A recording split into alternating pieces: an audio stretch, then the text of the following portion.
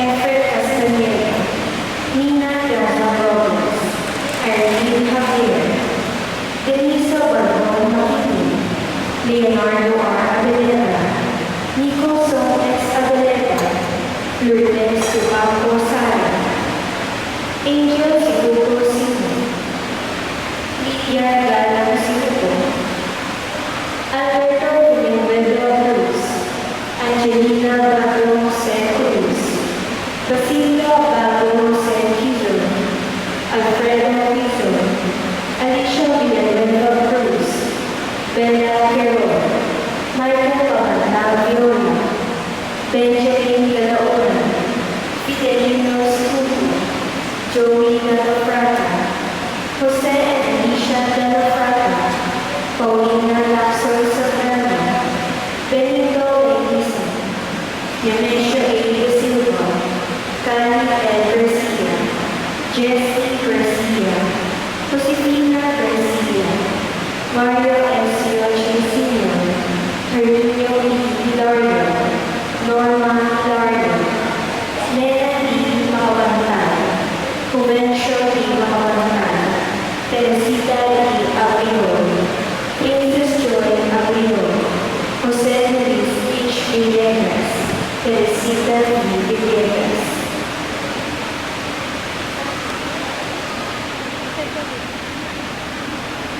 Kapag mag-ano ay, bawa, nilalapag mo. At yung ulit ko, bawa, ito yung ulit ko, bawa, hindi mo sa ilalak ng ganyan. Kasi, for sure yan yan. Ang gawin mo,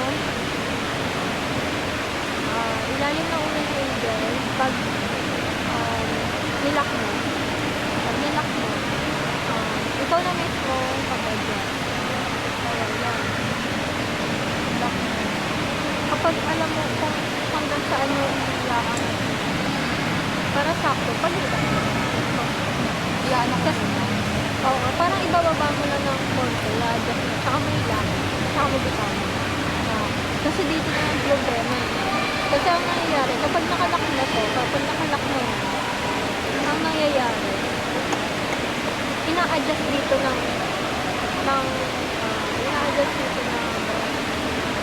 todo, kaya nagagawin. Kaya lumulubag to. Ganun yung lang ito. Okay, tapos wag kang ito.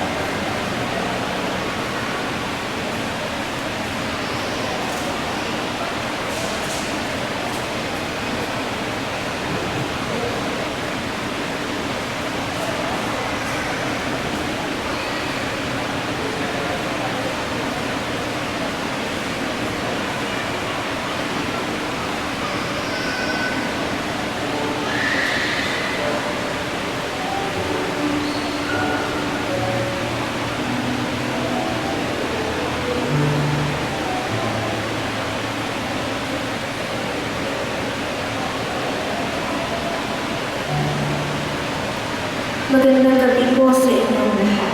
Ikinagagalak po namin ang inyong pakikiisa sa pagdiriwang kabanal ng Kristiyan. Ngayon po ay ang ikapitong araw ng Simbang Gabi. Ang pagsuko ng ating mga pangarap sa Diyos. Ang mamumuno sa ating banal na pagdiriwang ay si Reverend Father Animo Anel.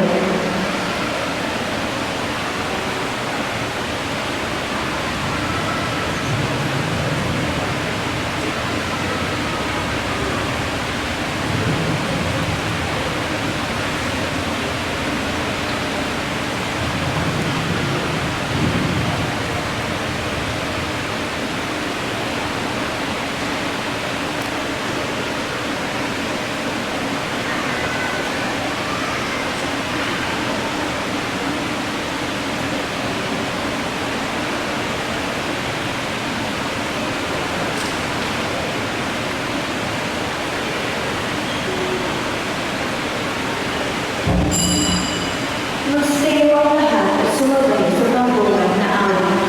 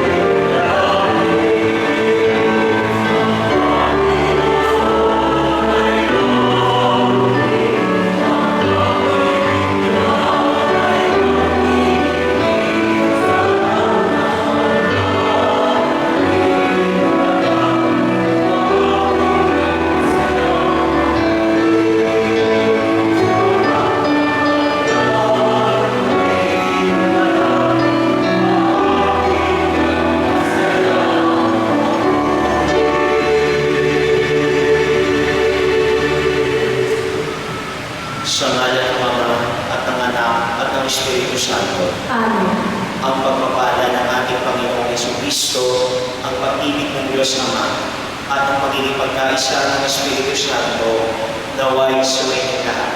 At sumayin. Mga kapatid, tayo ngayon ay nasa ikapitong araw ng simbang gabi. Tayo sa Ebanghelyo ay maririnig ang pagpapahayag ng anghel kay San Jose sa panaginip.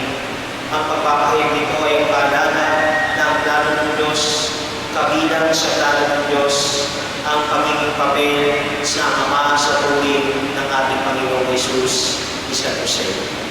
Dalangin natin na sa misa ito at sa masiging paghahanda natin sa pagsapit ng Kapaskuhan ay matulad tayo sa puso ni San Jose, isang pusong handang tumugon at makinig sa tawag ng Panginoon sa ating mga buhay.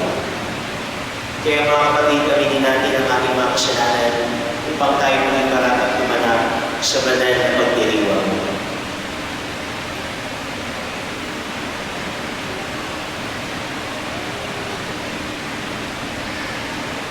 Sinubong tagapagpagaling sa mga nagsisisi, Panginoon, kaawaan mo kami. Panginoon, kaawaan mo kami. Dumating na tagapag-anyayang mga makasalanay magsisi, Kristo, kaawaan mo kami. Kristo, kaawaan mo kami. Nakalugtong ka sa kanan ng Diyos Ama, para ipamagitan kami. Panginoon, kaawaan mo kami. Panginoon, kaawaan mo kami. Kaawaan tayo ng makapangyarihang Diyos.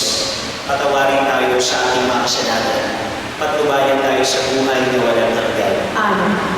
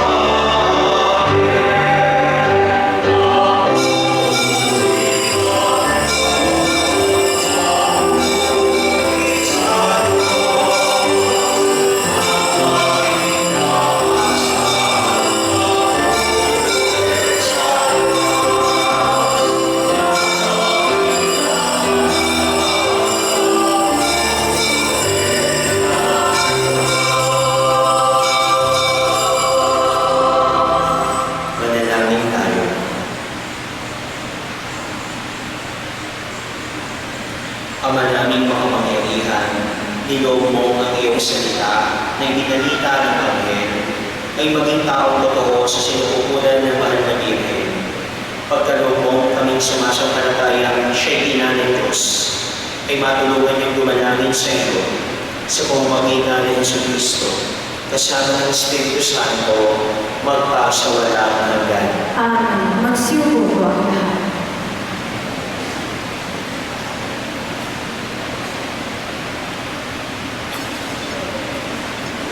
Pagbasa mula sa aklat ni Propeta Isaias. Noong mga araw na iyon, ipinasabi ng Panginoon kay Ahaz, humingi ka sa akin ng palatandaan, maging sa kalaliman ng kinaroroonan ng mga yumao o sa kaitaasan ng langit.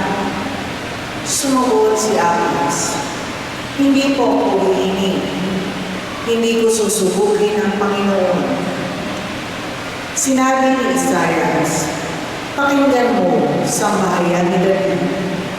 Kulang pa ba ang kalitingin niyo ang mga tao na pati ang aking Diyos ay iyong biyaya mo? Kaya nga ang Panginoon na rin ang magbibigay ng palatandaan. Maglilihi ang isang dalaga at manganganak ng lalaki, at ito'y tatawagin Emmanuel. Ang salita ng Diyos. Salamat sa Diyos. Ang Panginoon darating, siya'y dakilang hari natin. Ang Panginoon ay darating, siya'y dakilang hari natin. Ang buong daigdig, lahat ng naroon, may-ari ang Diyos, ating Panginoon. Ang mundo'y natayo at yung sandigay, ilalim ng lupa, tubig kalaliman. Ang Panginoon ay darating, siya'y dakilang hari natin. Sino ang marapat kumang sa burol? Sa burol ng poon, sino nga aahon? Sino papayagang pumasok sa templo? Sinong tutulutang pumasok na tao?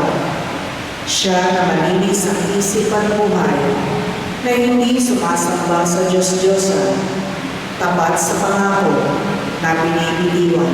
Ang Panginoon ay darating, siya'y dakilang hari natin. Ang Diyos na Panginoon, pagpapadalin siya, ililigtas siya ng pawawalang sala. Gayon ang sinumang lumalapit sa Diyos, silang lumalapit sa Diyos ni Hapon. Ang Panginoon ay darating, siya'y dakilang hari natin.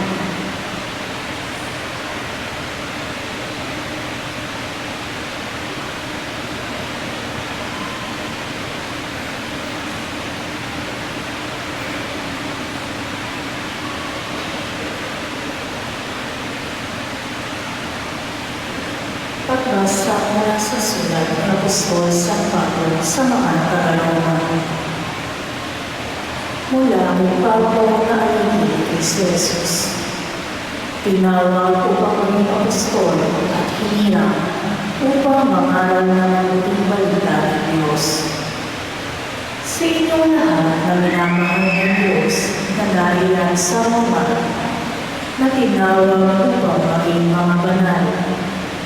Sumayin niyo nawa ang pagpapala at kapayapaan mula sa Diyos na ating Ama at sa Panginoon Jesucristo.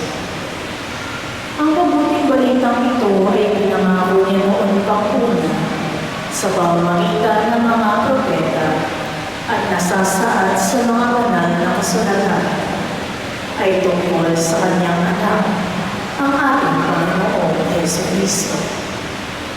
Sa kanyang pagiging tao, siya ay pinanganak mula sa lihi ni David at sa likas na kabanalan ng kanyang espiritu. Ipinahayag siyang anak ng Diyos sa pamamagitan ng makapangyarihang gawa, ang kanyang muling pagkabuhay. Sa pamamagitan niya, tinanggap namin sa Diyos ang kaloob na maging apostol, upang ang lahat ng bansa ay akalin sa pananampalataya at pagsunod sa Kanya. Kabilang din kayo sa mga tinawag na maging tagasunod ni Jesucristo. Ang salita ng Diyos. Salamat sa Diyos, magsitayo ang lahat.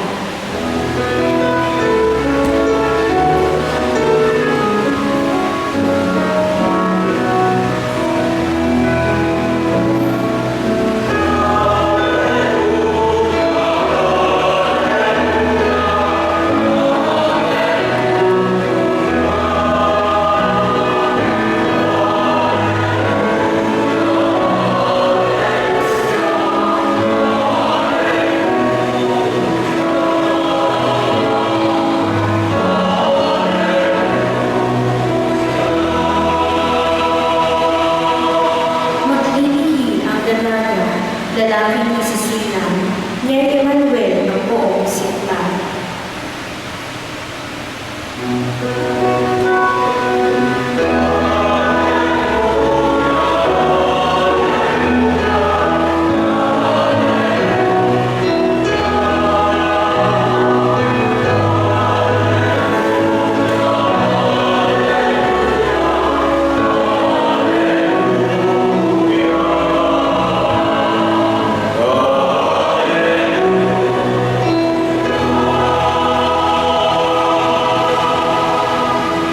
Sumainyo ang Panginoon. At sumaiyo rin, Ang mabuting balita ng Panginoon ayon kay San Mateo. papuri sa iyo, Panginoon.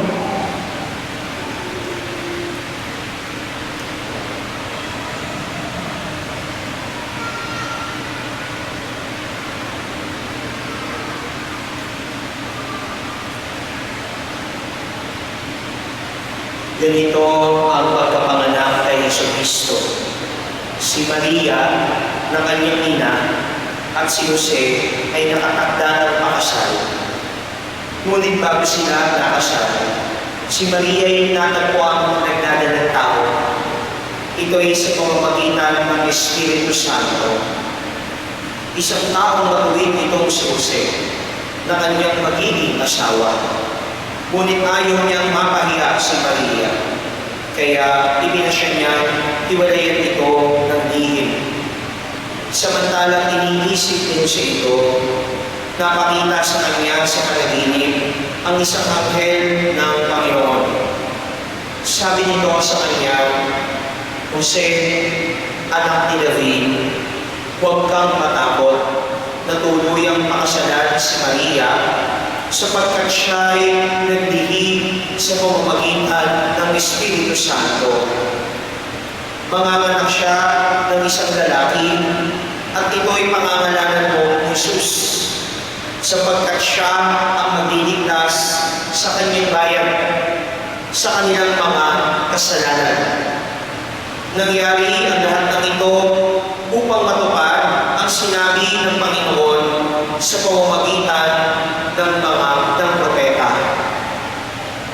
Maglilihi ang isang dalaga at manganganak ng isang lalaki at tatawagin nitong Emmanuel. Ang kahulugan, kasama natin ang Diyos. Nang magising si Jose, sinunod niya ang utos ng anghel ng Panginoon. Pinakasalan niya si Maria. Ang mabuting balita ng Panginoon. Pinupuri ka namin, Panginoong Jesucristo. Magsiupo ang lahat. Mga kapatid kay Kristo, magandang gabi po sa inyong lahat. Magandang gabi po, Father. Maligayang pagdating sa ikapitong araw ng aming simbang gabi. Maaari mo ba akong makarinig ng 7 bagsak?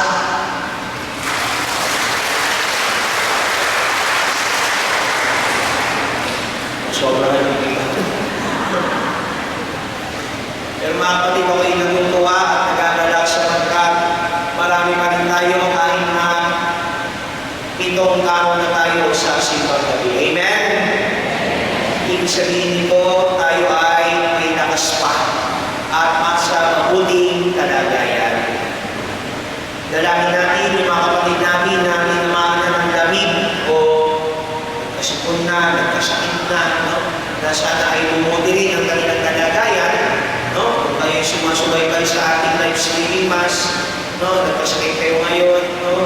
Dati kayo nakakapag magsimba, dalangin namin na umuti ang inyong pakiramdam at gumaan ang inyong umayos ang inyong kalusugan para makapagdiwang na inyong patiwasay ngayong kapaskuhan. Amen?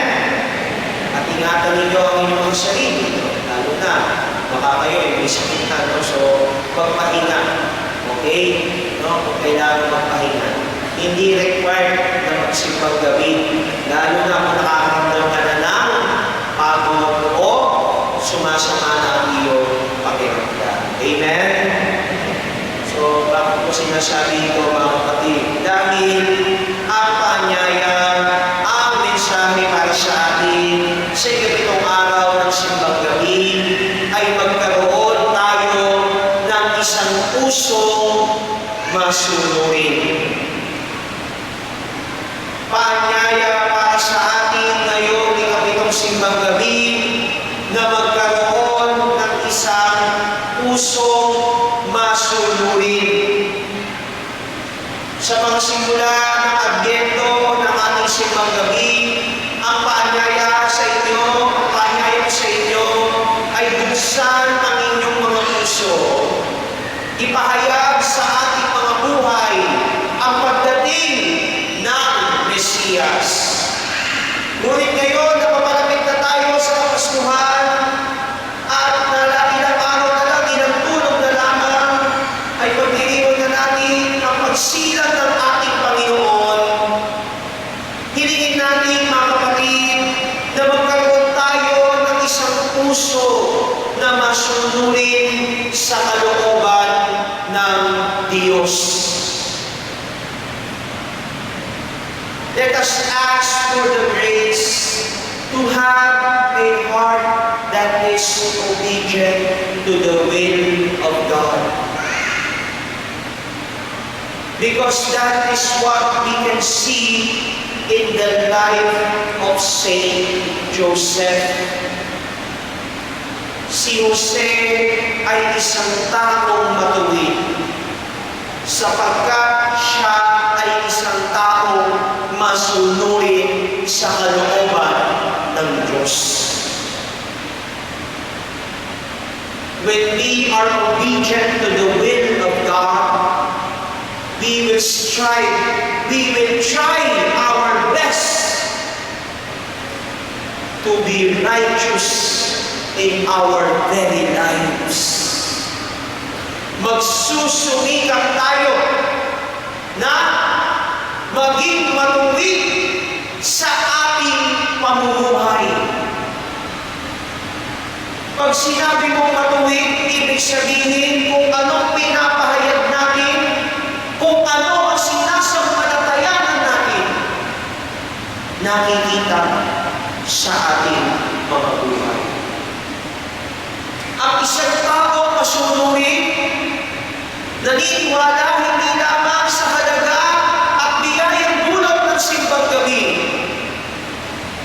Ang isang tao masunurin at matuwid, mga kapatid, ay naniniwala na mahalaga ang buhay pananalangin, na mahalaga na hindi lamang ako magsisimba tuwing simbang gabi, magsisimba rin ako linggo-linggo.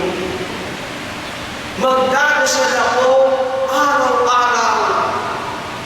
Lalapit ako sa Diyos, hindi lamang kapag may mga pailaw, may mga regalo. Magdadasal ako dahil tinanggap ko na ang biyaya ng Diyos sa aking buhay. At magagawa lamang natin iyan, mga kapatid, kung meron tayong pusong masunurin. Kung bukas ang puso natin at nakikinig sa kalooban ng Diyos.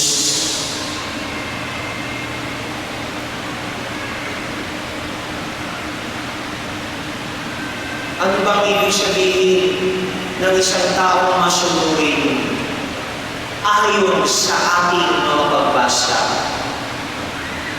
ang isang tao masunurin sa kalooban ng Diyos ay pinipili hindi lamang ang kanyang sariling kapakanan. Pinipili rin ng isang tao masunurin ang kapakanan ng lahat.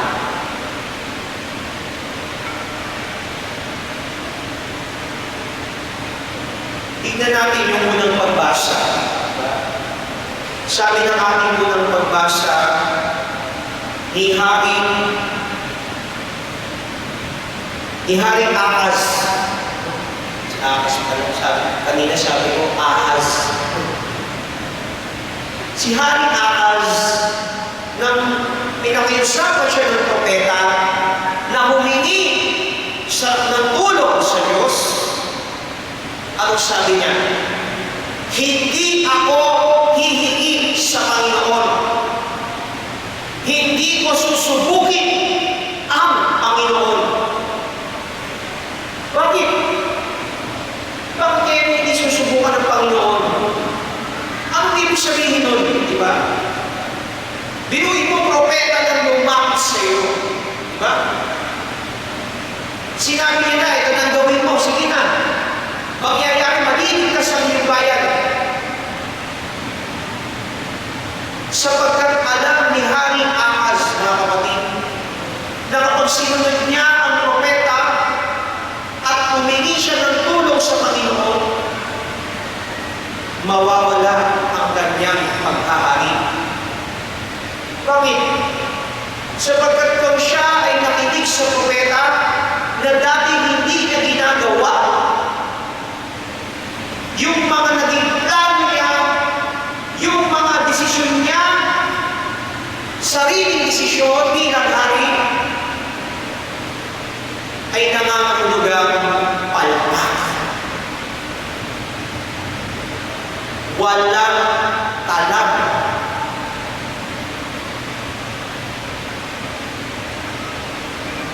Makikita ng mga tao, wala pa lang nangyari dito sa ginawa ni nung haring ito. Palitan na natin.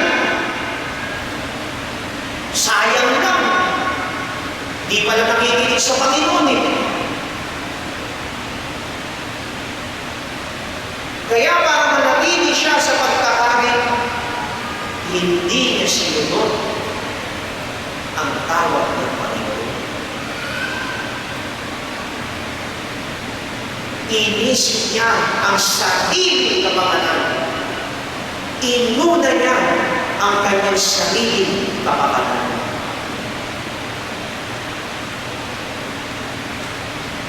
Araw-araw, mga kapatid, humahag tayo sa iba't ibang desisyon ng ating buhay at ng mga tao na kadaan para sa atin. Babangon ka, kakain, magtatrabaho, mag-aaral. Iisipin mo, para saan ba ito? Para kanino ba ito? Anong dahilan? Ba't mo ginagawa yan?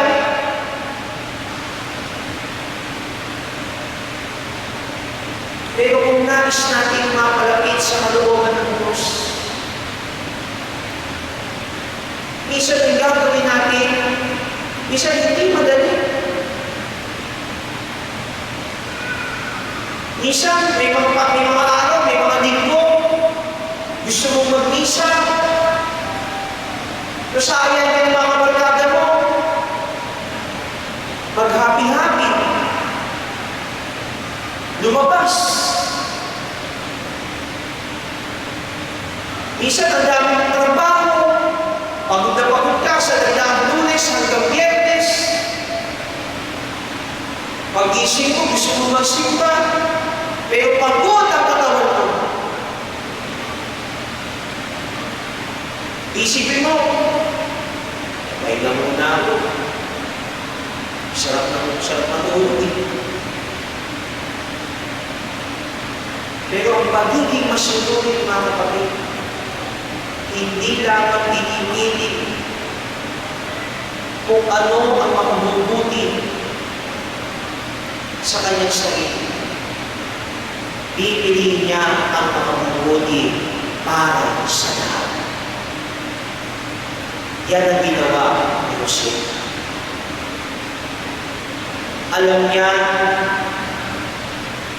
na malalagay sa alanganin ang mahal na Birhen. Kapag hiniwalayan niya ito, dahil nagdadalang tao siya at iba ang ama. Ngunit dahil matuwid na tao si San Jose, inisip niya ang kapakanan ng sanggol at ng mahal na Birhen.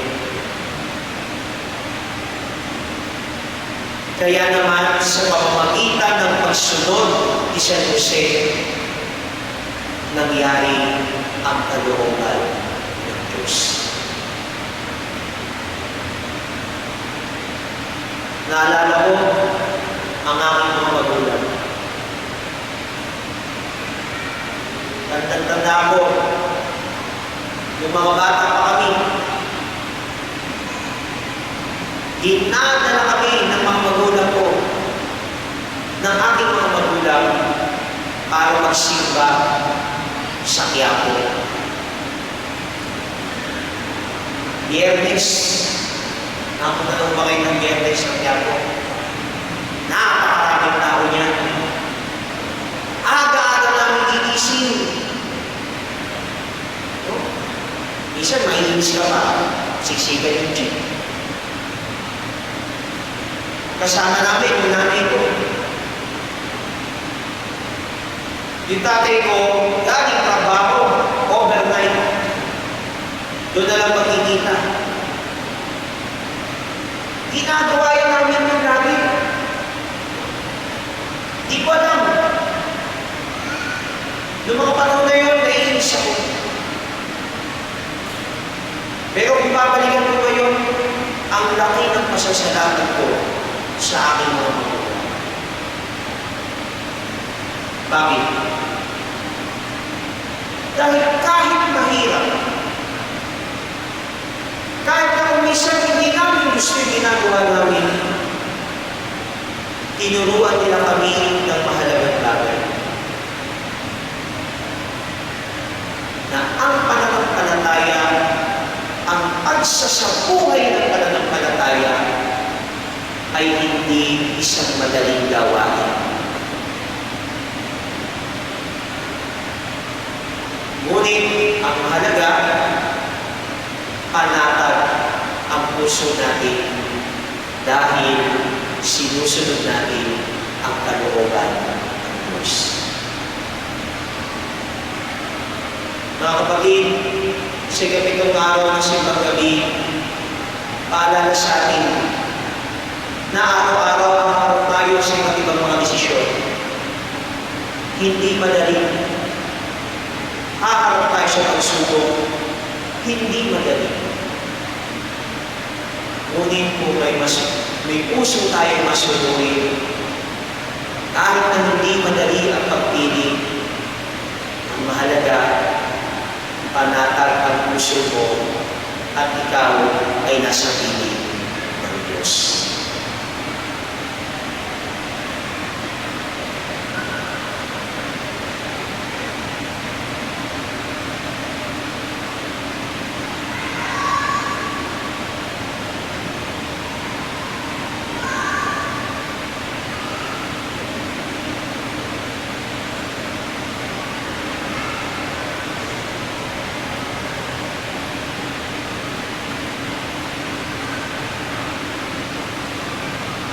Magsitayo ang lahat. Sumasampalataya ako Sa Diyos amang makapangyarihan sa lahat, na may gawa ng langit at lupa. Sumasampalataya ako kay Jesucristo, iisang anak ng Diyos, Panginoon natin lahat. Nagkatawang tao siya na lang ng Espiritu Santo. Pinagawang siya sa Maria Virgen. Pinagpasasabi ni Poncio Pilato. Ipinako sa krus na matay kay Bibli. Nanawag sa Eroona ng mga lumaan. Nang may ikatlong araw na buhay na magulang, umakyat sa langit, nalulunod sa kanan ng Diyos ang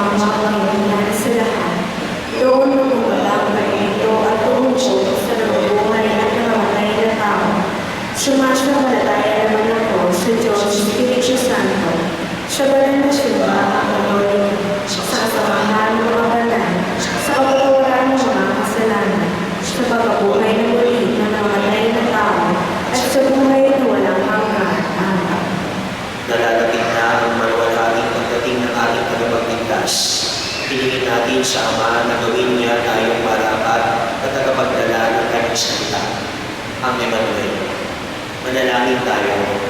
O Diyos, halina sa aming piling. O Diyos, halina sa aming piling. Diyos namin mapagmahal, taglayin nawa namin iyong sambahan, ang kabutihan at katotohanan, habang aming pinatotohanan ang pagkakatawang tao ng iyong anak. Manalangin tayo. O Diyos, halina sa aming piling. Diyos namin mapagmahal, dalhin nawa ng mga nagtatrabaho sa ating pamahalaan si Kristo sa kanilang matapat na paglilingkod at pagpapatupad ng saligang batas. Manalangin tayo. O Diyos, halina sa aming piling. Diyos namin mapagmahal, isaloob at ibahagi nawa namin mga natitipon ngayon ni Kristo ang aming pag-ibang bilang Kristiyano sa makabagong panahon. Manalangin tayo. O Diyos, halina sa aming piling. Diyos namin mapagmahal, patuloy mo sa iyong walang hanggang paghahari silang mga tinawag mo mula sa buhay na ito. Manalangin tayo. O Diyos, halina sa aming piling. Sa ilang sandali na katahimikan, itaas natin sa Diyos ang ating mga pansariling kahilingan, gayon din ang mga tao lubos na nangangailangan ng ating panalangin.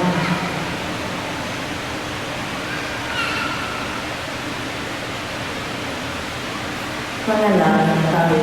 O Diyos, halina sa aming piling. Mapagmahal namin Diyos, tulungan mo kami maisaloob ang iyong salita, ang Emmanuel, sa aming bawat pasya at gawa. Hinihiling namin ito sa pamamagitan ni Kristo, kasama ng Espiritu Santo, magpasawala. Amen. Manatili na kayo para sa madaanan.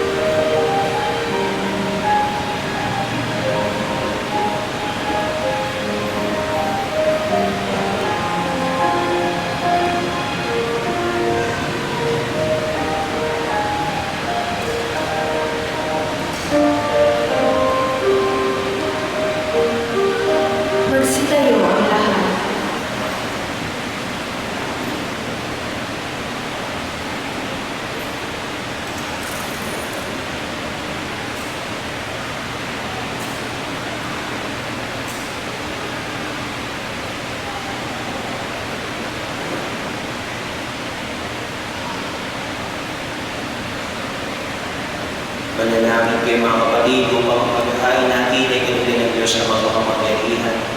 Tanggapin nawa ng Panginoon itong maghahain sa iyong mga kamay, sa kapurihan niya at karangalan, sa ating kapagdalaman, at sa buong sambayanan niya ang banal. Ama namin lumikha, ang mga alay namin nakahain sa iyong gabana ay pamanagin nawa ng paglubog ng Banal na Espiritu na bumuspo sa sinupupunan ng mahal na Birhen Maria upang magdalang tao at magsilang sa iyong anak na siyang namapagitan magpasawala ng hanggan. Amen.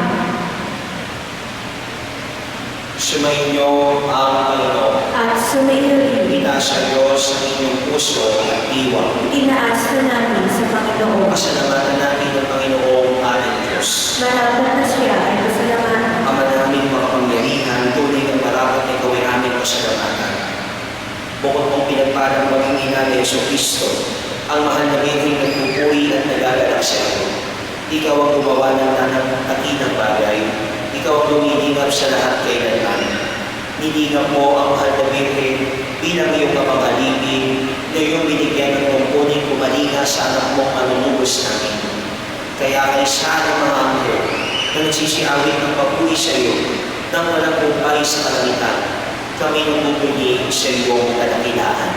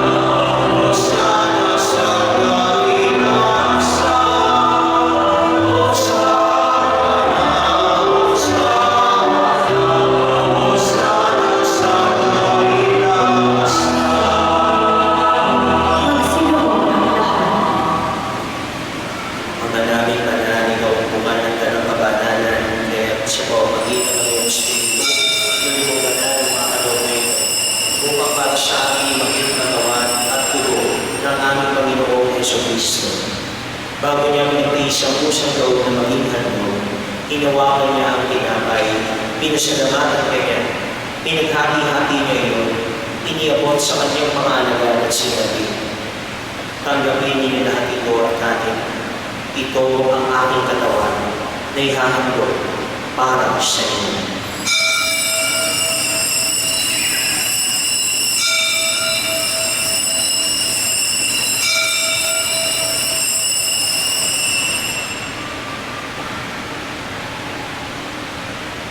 Gayon din naman nung matapos ang hapunan, hinawakan niya ang kalis.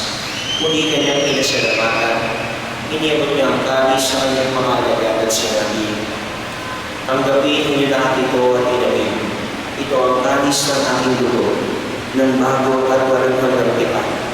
Ang aking dugo na ibubuhos para sa inyo at para sa lahat, sa pagpapatawad ng mga kasalanan. Gawin niyo ito sa pag-alala sa akin.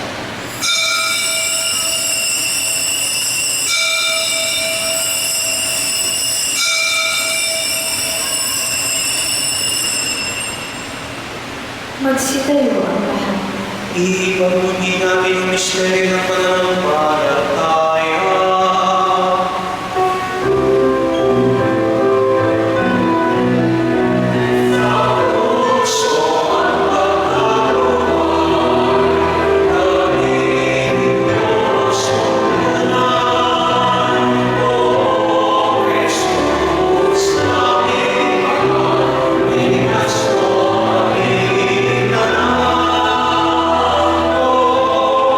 Jesús,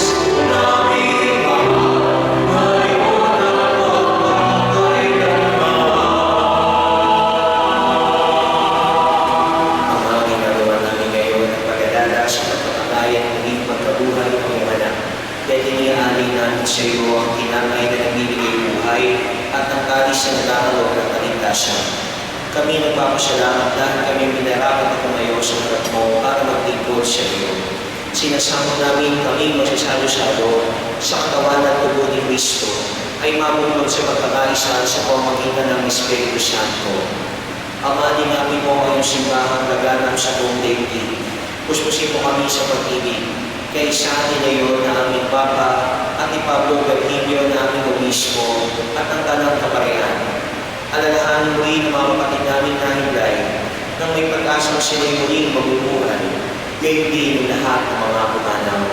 Kaawaan mo sila at patuloyin sa iyong kaliwanagan. Kaawaan mo at maging tapatin kami lahat na makasalo sa iyong buhay na walang wakas.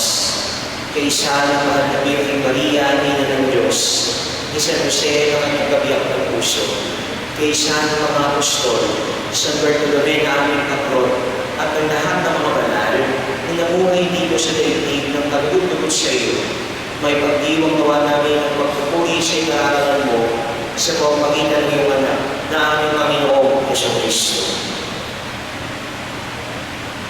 Sa pamamagitan ni Kristo, kasama niya sa Kanya, ang lahat ng parangal at papuri ay sa iyo, Diyos namang makapangyarihan kasama ng Espiritu Santo, magpasawalang hanggan.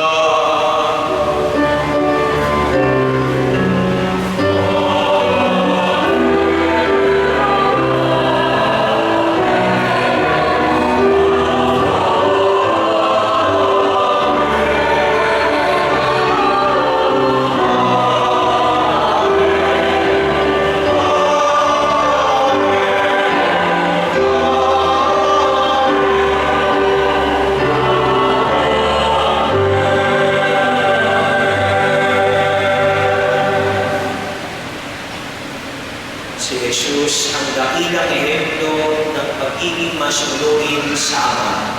Sa pamamagitan ng kanyang panalangin, matularan nawa natin si Jesus sa pagtalima sa kalooban ng ating Ama.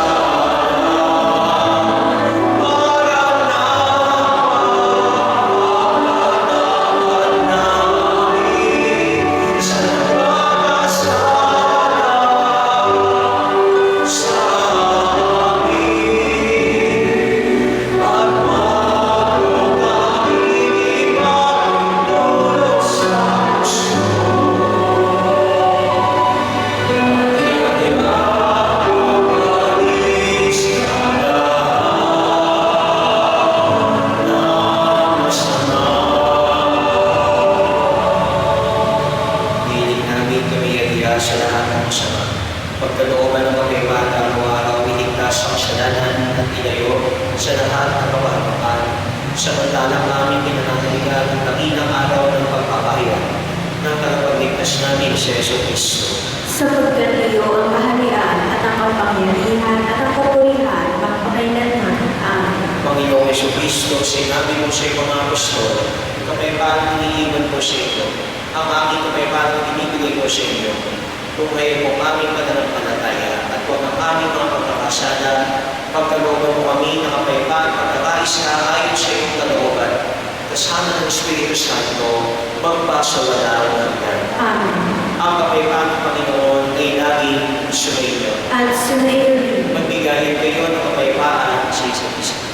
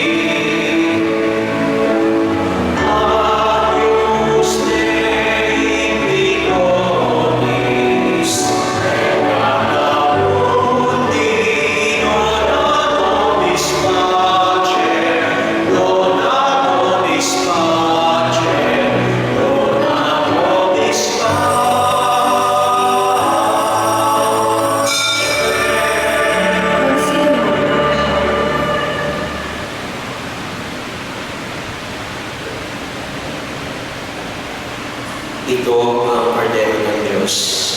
Ito ang nag-aalis ng mga kasalanan sa lipunan. Mapapala ng mga ininyayahan sa kanyang bigay. Panginoon, hindi ako karapat-dapat na magpatuloy sa iyo, ngunit sa isang salita mo lamang ay gagawin ako.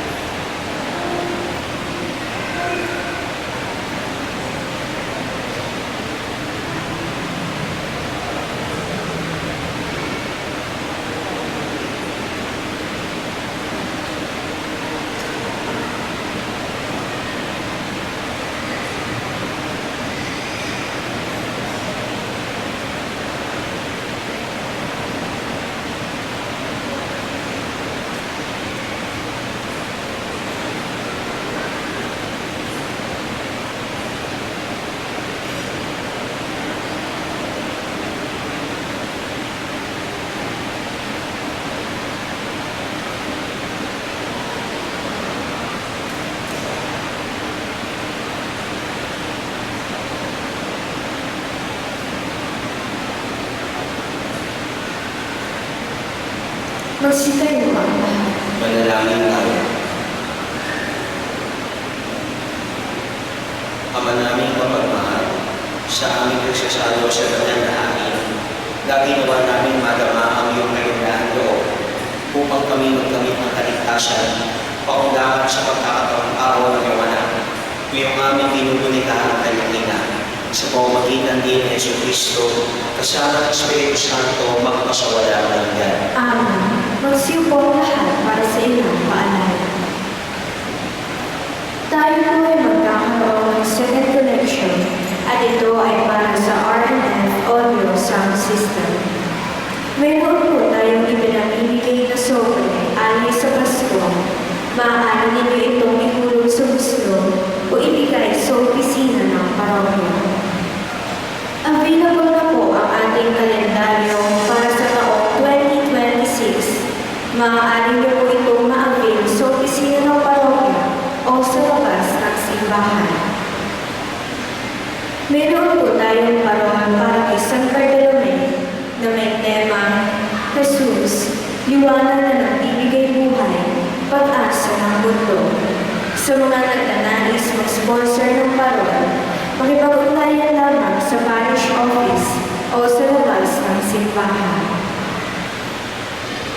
Ang Ministry of Youth Affairs ng San Bartolome Parish ay magkakaroon ng ikatatlumpung Paskong Pasli sa darating na December 22, 2025 na may temang tatlong dekadang pag-ibigayan, kwento ng pag-ibig sa bawat kabataan. Dahil po dito, kami po ay humihingi ng tulong tulad ng grocery bags, laruan, loot bags at hygiene kits. Para sa inyong mga tulong donasyon, maaari po kayong pumunta sa may pool sa may harap na pintuan ng simbahan. Maraming salamat po sa mga nag-alay para sa ating pamaskong handog. Bukas sa ikawalo ng araw ng ating simbang gabi, ang ating pong iaalay bilang ating pamaskong handog ay rice. Para sa iba pang mga detalye, magsadya lamang sa opisina ng parokya o bisitahin ang ating Facebook page, Apostol San Bartolome de Malabon. Maraming salamat po. Magsitayo po ang lahat. Sumainyo ang Panginoon At sumaiyon at pagpalain kayo ng makapangyarihang Diyos, Ama, Anak, at Espiritu Santo. Amen. Matapos ng ating misa, humayo kayo ang papaya.